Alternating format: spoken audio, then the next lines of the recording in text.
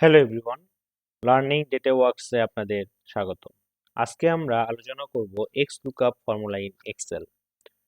এই X lookup formula ব্যবহার করে আমরা দীর্ঘ সময়ের কাজকে খুবই স্বল্প সময়ে করতে পারি। তাহলে এক্স লুকআপের ব্যবহার কিভাবে করব আমরা একটু দেখি।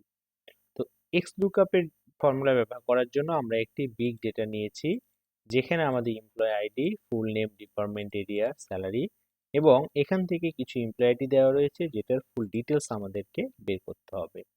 এই জন্য আমরা প্রথমত ইকুয়াল সাইনকে কল করব। ইকুয়াল সাইন কল করে এক্স এল প্রেস করলে কিন্তু আমরা এক্স লুকআপ চলে আসবে। ট্যাব প্রেস করলে কিন্তু এক্স লুকআপে ফর্মুলাটি চলে আসবে ফার্স্ট ব্র্যাকেট সহ। এখন লুকআপ ভ্যালু মিনস হচ্ছে আমাদের এমপ্লয়ি আইডি। আমরা লুকআপ ভ্যালুকে নিলাম, কমা, তারপর বলছে lookup array. Lookup array means হচ্ছে আমরা এই আইডির সাপেক্ষে যে আইডিকে ম্যাচ করব, আমরা একটি বিগ ডেটা থেকে এমপ্লয়ি আইডিকে ম্যাচ করব, এটাকে সিলেক্ট করলাম, কমা, তারপর হচ্ছে আমরা রিটার্ন অ্যারে। রিটার্ন অ্যারে হচ্ছে ফুল নেম নিব, ফুল নেমকে সিলেক্ট করলাম, করে আমরা ব্র্যাকেট ক্লোজ করে এন্টার প্রেস করলাম। এখন দেখুন আমাদের কিন্তু ফুল নেম চলে এসেছে। এখন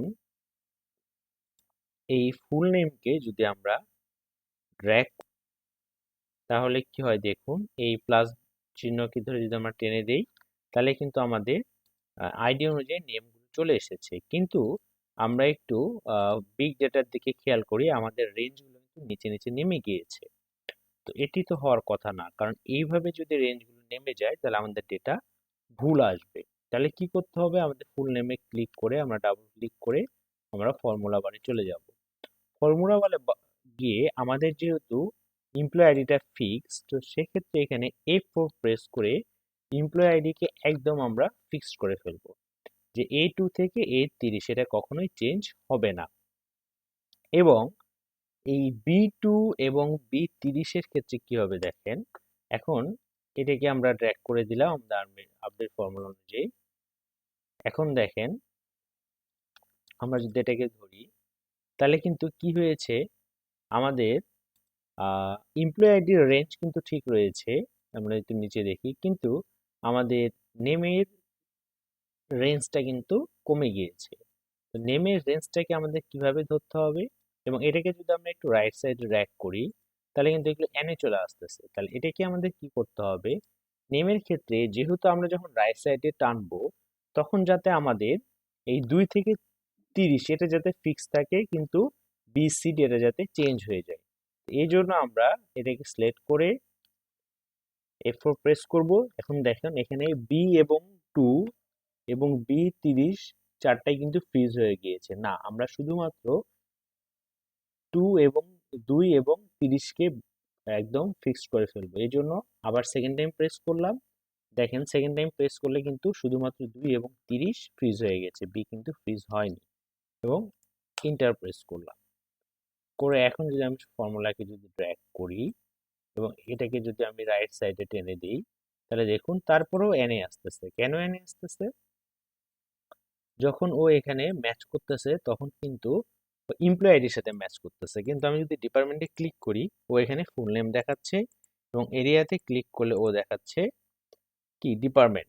তার মানে আমি তো A2 এবং A3 কে ফিক্স করে ফেলেছি, কিন্তু আমি যখন রাইট সাইডে র্যাক করেছি তখন কিন্তু এই জিটা আর থাকতেছে না। এখানে আমাদের লুকআপ ভ্যালু ছিল G3, কিন্তু G3 না হয়ে H3, I3 এভাবে হয়ে যাচ্ছে। তাহলে এখানে আমাদের কি করতে হবে, G3 কেও লক করে দিতে হবে। তো G3 কে যদি আমরা লক করি, আমরা কি করব, আমরা এখানে শুধুমাত্র G3 কে যদি লক করি তাহলে কিন্তু হবে না। তাহলে আমাদের এখানে ফুল G3 কে লক না করে আমরা যদি শুধুমাত্র G কে লক করি তাহলে কি হয় দেখুন, F4 একবার প্রেস করলাম, সেকেন্ড টাইম প্রেস করলাম, থার্ড টাইম প্রেস করলাম, শুধু G কে লক করে ফেললাম। 3 আমাদের ভেরিয়েবল, সেটি চেঞ্জ হতে পারে।